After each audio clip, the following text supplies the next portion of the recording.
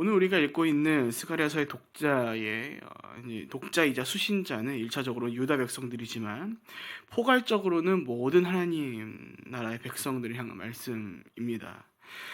그래서 우리는 때때로 하나님의 말씀이 오묘하다라는 것을 느끼는 것 같습니다. 하나님의 말씀이 이게 성경이 겉으로 보기에는 당시 역사를 기록해 놓았음에 이게 시간과 공간의 제약을 받는 것처럼 보이지만 그 안에 더해주고 계시는 하나님의 말씀은 실제로 오늘을 살아가는 우리에게도 적용되는 말씀이기에 이 하나님의 말씀이 결국은 시간과 공간의 제약을 받지 않고 과거의 기록을 넘어서 미래에 대한 것들을 우리에게 말씀해 주곤 하시다라는 것이죠. 그래서 오늘 우리가 읽고 있는 구약의 말씀 가운데 또 우리가 알고 있는 함께 읽고 있는 스가랴서의 말씀 가운데 우리는 무엇을 볼 수 있는가 하니 당시의 유다 백성들을 향한 이 말씀들이 회복에 대한 것들만이 아니라 환상과 또 미래에 대한 말씀들, 특별히 우리 그 다가오는 신약의 말씀 가운데 정말 중요한 주제이자 가히 성경 모든 것이 그것을 위해서 쓰여졌다라고 얘기할 정도로의 중요한 주제가 되는 그리스도, 이제 다시 오실 메시아에 대한 것, 그리고 그로 인해 또 추가다 함께 더해질 심판에 대한 것들을 우리가 함께 읽게 되는 것입니다. 그래서 오늘 우리가 읽고 있는 본문간에 등장하는 이 심판에 대한 것들, 여호와께서 오시는 날, 그 여호와의 날이 다가옴으로 더해질 심판에 대한 것은 유다 백성들로 하여금 시간적으로 가까운 날에 이루어지는 것을 보여주는 것이 아니라 그 먼 과거로부터 시작되어 오늘까지도 적용되고 있고 있는, 그러니까 곧 이루어질 날, 즉 예수 그리스도의 재림의 때 더해질 심판의 날이다라는 것입니다. 여러분 신기하지 않습니까? 이게 여러분 스가랴서가 언제 쓰여졌냐면요, 기록이 약 주전 520년으로 추정되고 있습니다. 그러니까 지금으로부터 약 언제입니까? 몇 년 전입니까? 못해도 약 2500년 전에 쓰여진 말씀이 우리가 읽고 있는 말씀이라는 거죠. 그런데 그 말씀이 단순히 과거의 역사를 기록해 둔 것으로 존재하지 아니하고 오늘 살아있는 하나님의 말씀으로서 저와 여러분에게, 믿는 자들에게 역동적으로 다가온다는 것이 가히 신비라고 얘기할 수밖에 없는 것이죠. 한편 오늘 우리는 이렇게 하나님께서 우리를 향해서 이렇게 미래에 대한 말씀을 더해 주셨다라는 것을 통해 우리 또 한편 무엇을 깨닫는가 하니, 하나님의 일하심이 저 먼 과거서부터 오늘까지 결코 멈춘 적이 없다라는 것을 깨닫게 만들어주며, 그만큼 하나님께서 우리를 떠나지 아니하시고 하나님의 마음이 항상 저와 여러분을 향해 있었다는 것을 깨닫게 만들어 줍니다. 그래서 우리가 여러분 기억하실지 모르겠지만 이전에 요한계시록을 나눌 때에 함께 말씀을 나눴던 것이기도 합니다만, 미래에 다가올 여호와의 날, 그 심판에 대해서 우리가 생각할 때 결코 잊지 말아야 할 것은 그날은 단순히 심판만을 위한 날이 아니다라는 것입니다. 심판을 통해서 다양한 하나님의 것들을 이뤄가시는 날이 바로 그 여호와의 날이다라는 것이죠. 우리 먼저 본문 1절 함께 있습니다. 여호와께서 심판하실 날이 다가오고 있다. 그 날이 오면 너희의 물건을 빼앗은 자들이 너희 앞에서 서로 나눠 가질 것이다. 많은 사람들이 이러한 구절을 읽고서 보통은 어떠한 감정과 생각을 더하게 되냐면요, 대부분의 경우 정말 시원한 감정이나 고소하다는 생각을 좀 가지게 될 것입니다. 왜냐하면 우리가 이런 말씀을 통해 가장 먼저 발견하는 것은 우리의 원수에 대한 하나님의 일하신 그 원수 갚음에 대한 것을 우리가 발견하기 때문이죠. 물론 심판의 날에 분명 하나님께서는 우리의 원수들에게 하나님께서 직접 그 원수 갚음을 이루어 가실 것입니다. 우리 억울함이 다 풀린 그날이 분명히 다가올 것이라는 거죠. 그런데 여러분, 우리가 이 말씀에서 좀 한 가지 놓치고 가는 것이 있는 것 같습니다. 무엇이냐면은 이 원수 갚음이라는 것은 어디까지나 하나님께 속한 자들에게만 더해지는 일이다라는 것입니다. 심판이라는 것은 기본적으로 하나님의 공의와 정의로 인해 이게 죄로 인한 정죄, 그리고 그에 따라 징벌이 있는 일입니다. 그래서 심판은 사람들로 하여금 가장 먼저 어떠한 생각과 마음을 가지게 하냐면은 두려움과 떨림인 것입니다. 그러나 이 심판이 두려움이 아닌 기쁨으로 받아들여지는 유일한 존재가 있습니다. 정확하게는 유일한 소속이죠. 누구입니까? 바로 하나님께 속한 자들만이 이 심판을 두려움이 아니라 오늘 말씀처럼 원수 갚음의 순간에 경험하는 기쁨을 누려가는 자들로 있게 될 것이다 라는 것을 우리 가운데 말씀해 주고 있는 것입니다. 그래서 오늘 이 여호와의 날이라는 것은, 여기서 다시 오실 그 날이라는 것은, 그분께서 통치하실 날이 온다라는 것은 이게 그저 우리로 하여금 원수 갚음의 날이 올 거다라는 기쁨을 누리도록 하는 것이 아니라 그보다 훨씬 더 중요한, 그것이 전제되는 말씀이 있다라는 것, 곧 그날을 누리기 위해서 오늘 각자의 삶이 결국 하나님께 속한 삶을 살아가야 한다라는 것을 우리 가운데 강조해 주시기 위해 기록해 주신 것입니다. 사랑하는 여러분, 하나님께서 오늘 우리에게 또 그때 유다 백성들에게 이렇게 회복을 더해 주시고 동시에 심판의 날을 더해 주신 이유가 있습니다. 심판의 날에 안전을 누리며 기쁨을 누리는 사람들, 결국 하나님한테 속한 사람들입니다. 근데 오늘 본문의 1차적인 독자들, 수신자들, 이 유다 백성들은 어떻게 했습니까? 그들은 어떻습니까? 그 자리를 지키지 못하고 우상에게 자신들의 삶을 내어주었으며 끝내 자신의 삶을, 그 전체를 악으로 물들여 갔습니다. 근데 여러분 기억하셔야 합니다. 이 성경이라는 것은 앞서 말씀드린 것처럼 그 오묘한 신비로운 속성을 갖고 있기 때문에 우리가 이 말씀의 주제가 그때 유다 백성들만을 향한 것이 아니라 그들을 통해 오늘 저와 여러분에게 하신 말씀이라는 것을 잘 기억해야 할 필요가 있습니다. 그렇기 때문에 오늘 이 심판에 대한 말씀은 오늘 저와 여러분에게 더해 주시는 말씀이라는 것이죠. 왜입니까? 사실 오늘 우리가 살아가는 현실도 그때 유다 백성들과 별반 다른 건 없기 때문입니다. 수많은 가치관들, 수많은 우상들, 또 그런 말미암아 수많은 각자의 삶을 악으로 물들여가고 있는 인생들을 오늘 우리 주변에, 아니 어쩌면 오늘 우리가 그런 것들을 조금씩 잃어가고 있을지도 모르기 때문입니다. 그래서 그때의 말씀이 오늘을 살아가는 저와 여러분들에게 중요한 것입니다. 세상에 수많은 것들이 우리를 하고 자꾸 어떻게 하도록 우리를 유혹해 갑니까? 하나님으로부터 멀어지게끔, 하나님을 자꾸만 버려가도록 우리를 유혹해 가죠. 타협하게 만들고 선택하게 만들고 끝내 그것들을 버리게 만들어 가는 것입니다. 그러니까 이런 것들이 넘쳐나는 세상을 우리가 오늘 살아가고 있기에 하나님께서 그때의 유다 백성들을 통하여 오늘을 살아가는 우리 가운데 그 다가올 심판의 날을 말씀해주고 계신 것입니다. 그래서 여러분, 심판의 날을 떠올릴 때 가장 중요한 것은요, 원수 갚음이 아니라는 것입니다. 심판의 날이 온다, 이제 우리의 억울한 것들을 다 떨쳐낼 날이 온다라는 것을, 그 기쁨을 누려가는 것이 중요하죠. 그러나 그게 먼저가 아니라는 것입니다. 그것을 누리게 될 오늘 나의 삶이 과연 그것을 누리게 하는 그 자리에 거하고 있는가가 더 중요한 주제가 되는 것이다 라는 겁니다. 하나님께서는 그 심판의 날에 하나님의 기준과 판단에 따라 엄중하게 심판을 더해 가실 것입니다. 그날이 올 것은 확실합니다.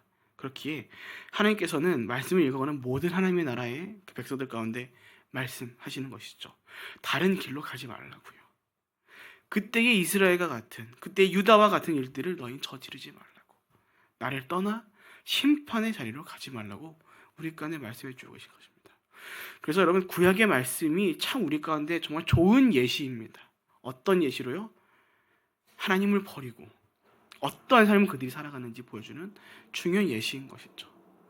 실패의 역사를 우리가 보고 있기 때문에 그거를 답습하지 않을 수 있는 기회가 우리 가운데 더 많이 있는 것입니다. 그래서 구약의 말씀들을 보면 자꾸만 어떤 말씀들이 강조가 되는 것들을 우리가 가끔 보냐면은 너희의 조상의 때를 기억해라, 너희의 조상의 때를 기억하고 글로 가지 말라는 하나님의 말씀들을 그들이 보고 있는 것이고, 또 오늘 저와 여러분들이 함께 읽고 있는 것이죠. 그렇게 사랑하는 여러분, 오늘 각자의 삶을 잘 돌아보시며 오늘 나는 누구와 동행하고 있고 나는 어디에 속하여 있는지를 잘 점검해 보시기를 바랍니다. 어쩌면 오늘날 우리는 그때 유다 백성들보다 더 많은, 또 더 다양한 유혹들 가운데 노출되어 있을지도 모릅니다. 그래서 오늘 말씀이 중요한 것이죠. 이런 말씀들이 오늘 내가 과연 심판의 때에 기쁨을 누리는 자로서의 자리에 거하고 있는가, 아니면 두려움으로 하나님의 진노를 맞이할 자리에 거하고 있는지를 확인할 수 있는 중요한 단서가 되기 때문입니다. 여러분 기억하시기 바랍니다. 심판의 날에 기쁨을 누리는 자들은, 원수 갚음을 누리는 자들은 오직 하나님께 속한 자들입니다. 우리가 하나님 나라의 백성으로 살아갈 때 우리는 그 삶을 누리게 되는 것입니다. 물론 여러분 오해하지 마셔야 될 것은, 이제 우리로 하여금 믿음을 가지고 하나님 나라의 백성 살아간다는 것이 교회 출석을 열심히 한다는 것을 하는 것이 아니다라는 것을요. 수많은 사람들이 착각합니다. 내가 교회에 나오겠더니 난 크리스찬이겠지. 아니요, 절대 그럴 수 없습니다. 예수께서 뭐라고 말씀하십니까? 마태복음 7장일 것입니다. 나더러 주여 주여 하는 자마다 천국에 갈 수 없다. 그리고 뭐라고 말씀하시죠? 다만 하늘에 계신 내 아버지의 뜻대로 행하는 자만이 들어갈 수 있다고 말씀하십니다. 그러니까 우리로 하여금 그 기쁨을 누리는 순간을 맞이하기 위해서, 우리가 하나님 나라의 백성으로서 거하는 삶을 살아가기 위해 전제될 것은 결국 무엇입니까? 순종인 것입니다. 하나님의 말씀을 따르는 것입니다. 그분의 뜻에 따라 살아가는 것입니다. 그 삶을 살아가로 말미암아 오늘을 살아갈 때 우리가 손해보고 억울한 삶을 살아갈지라도 그것을 살아내는 자들이 끝내 그 다가오는 여호와의 날에 기쁨을 누리는 삶을 살아갈 수 있게 된다는 것입니다. 그렇게 사랑하는 여러분, 부디 오늘 말씀을 기억하시고 오늘 우리가 다른 곳에 거하는 자들이 아닌 하나님께 속한 자들로서 오늘을 살아가시는 저 여러분이 되시기를 주님 이름으로 축복드립니다. 우리 본문 7절입니다. 그날이 언제 올지 여호와께서만 아신다. 그날은 낮이 따로 없고 밤도 따로 없으니 언제나 밝고 저녁이 돼도 오히려 밝을 것이다. 여호와의 날에 대하여 수많은 사람들이 정말 중요하게 여기고 또 관심 있게 여기는 것은 아마 대부분의 경우 그날이 언제 오는가에 대한 것일 것입니다. 왜냐하면 그들이 생각하기로는 그날이 언제 올 것인지를 알게 된다면 그것을 대비할 수 있고 혹은 준비할 수 있을 것이라고 생각하기 때문입니다. 그래서 역사 가운데 수많은 사람들이 어떤 얘기를 했습니까? 예수님 언제 오신다, 예수님 그날이 오신다라는 것들을 얘기했던 것입니다. 하지만 그들은 스스로 증명했죠. 모두가 틀렸다라는 사실을 말이죠. 근데 여러분, 사실 이러한 시도들이나 앞선 생각들을요, 사실 우리로 하여금 굉장히 의미 없는 일이라는 것을 잘 기억해야 합니다. 왜냐하면 오늘 본문의 말씀처럼 그날은 누구만 알기 때문입니까? 여호와만 아시는 날이기 때문입니다. 그러니까 인간은 알 수 없습니다. 그래서 우리까지 중요한 것은요, 심판이 언제 도래하는가, 그날이 언제 오는가에 대한 것보다 오늘 내가 당장에 그날이 온다 했었을 때 내가 그 심판의 자리 가운데, 그 심판을 받지 않는 자리에 내가 거할 수 있는가가 더 중요하다라는 것입니다. 그래서 여러분, 믿음이라는 것은요, 심판이 오기 직전에 믿을 수 있는 일이 아니다라는 겁니다. 물론 특수한 경우가 있긴 합니다. 정말 육체의 그 시간이 다하는 몇몇 분들의 삶 가운데 극적으로 하나님께서 그들의 믿음을 더해주는 순간들이 있죠. 그래서 정말 눈을 감기 전 이 땅에서 시간을 다 마치기 직전에 예수 그리스도를 영접하고 구원받은 자로서 그 시간을 마치는 순간들이 분명히 있긴 합니다. 하지만 그것은 여러분, 죄송합니다만 특례적인 일입니다. 우리의 믿음은요, 주님 다시 오시는 그날이 언제 올지를 모르기 때문에 우리의 믿음은 항상 현재 진행형으로 있어야 하는 것입니다. 언제 올지 모르니까 어느 정도 대충 탱자탱자 살다가 좀 이제 내 삶이 좀 끝날 때가 다가오면 믿으면 되겠지, 이거 불가능하다라는 겁니다. 이신칭이라는 말이 있죠. 오직 믿음으로 의롭다함을 칭함받는다. 이는 곧 우리의 심판에 대한 이슈와도 직결되는 말이기도 합니다. 구원은 오직 믿음으로만 가능하다는 것이, 그리고 그 믿음으로 구원을 받은 우리는 심판의 자리에서 의롭다라고 칭함을 받게 되는 것이죠. 그래서 여러분, 오늘날 우리가 항상 기도하면서 우리가 믿음을 지킬 수 있도록 기도하는 이유가 여기 있는 것입니다. 우리가 말씀과 같이 심판의 자리에서 그 진노의 판결을 받지 않도록 하기 위해서이죠. 물론 그것이 목적은 아니겠지만 우리가 그 믿음을 지켜가는 기도로 말미암아, 그 실제로 믿음을 지켜가는 일로 말미암아 그 자리로부터 자유로워질 거라는 것은 분명한 것이죠. 특별히 오늘 이런 말씀을 우리로 하여금 오늘날 잘못된 말씀을 선포하는 자들을 피하도록 만들어 줍니다. 정말 많은 경우 이단성을 가진 사람들이 전하는 잘못된 것들 중 하나가 무엇이냐면 바로 이 심판의 날에 대한 것입니다. 심판이 어떻게 올 것인지, 또 뭘 하면 올 것인지 말하는 사람들이 너무나 많은 것이죠. 근데 여러분, 그거 기억하시기 바랍니다. 그거 다 거짓말입니다. 그날은요, 감히 우리가 재단할 수 없는, 감히 우리가 예상할 수도 없는 날입니다. 참 안타까운 거 보시면 이게 이단들만 하는 것이 아니라 우리가 정통 교회라고 얘기하는 이제 그 교회에서도 가끔 이러한 말도 안 되는 얘기를 하는 사람들이 있습니다. 시대의 상황들을 보고서 야, 주님 오실 날이 다 다가왔나 보다. 모르는 일입니다. 혼자서만 그냥 그날을 그러지 않을까라고만 생각하면 참 좋겠는데, 자꾸만 이 자리에서 야, 세상을 보십시오. 막 이런 일들이 있고 저런 일들이 있고 주님 곧 오실 날이 다가왔습니다. 물론 그것을 통해서 믿음을 강조할 수 있는 것은 그럴 수 있습니다. 하지만 그날이 실제적으로 언제 올 거다라는 얘기를 할 수 있는 것은 결코 우리에게 입술까지 담아갈 일이 아니다라는 것이죠. 그러니까 그래서 심판을 피하는 믿음의 삶이라는 것은요, 여러분, 이게 심판을 피하기 위한 목적으로 더함을 받을 수 있는 것이 아니라 그날이 언제 올지 모르기 때문에 그날이 올 것이라는 것을 믿으며 흔들리지 않은 굳건한 믿음으로 이 보이지 않는 나를 향해 매일을 살아가는 것이 곧 심판을 피해가는 삶이다라는 것입니다. 그래서 여러분, 믿음으로 살아가는 것이 때로 힘든 것입니다. 저는 저희 교회의 이름이 참 좋습니다. 참 좋은가 동시에 저 이름에서 더해지는 그 무게가 얼마나 무거운가도 가끔 생각해 볼 때가 있곤 합니다. 여러분, 믿음으로 살아간다. 얼마나 아름답습니까? 그렇죠? 의인은 오직 믿음으로 말미암아 살리라.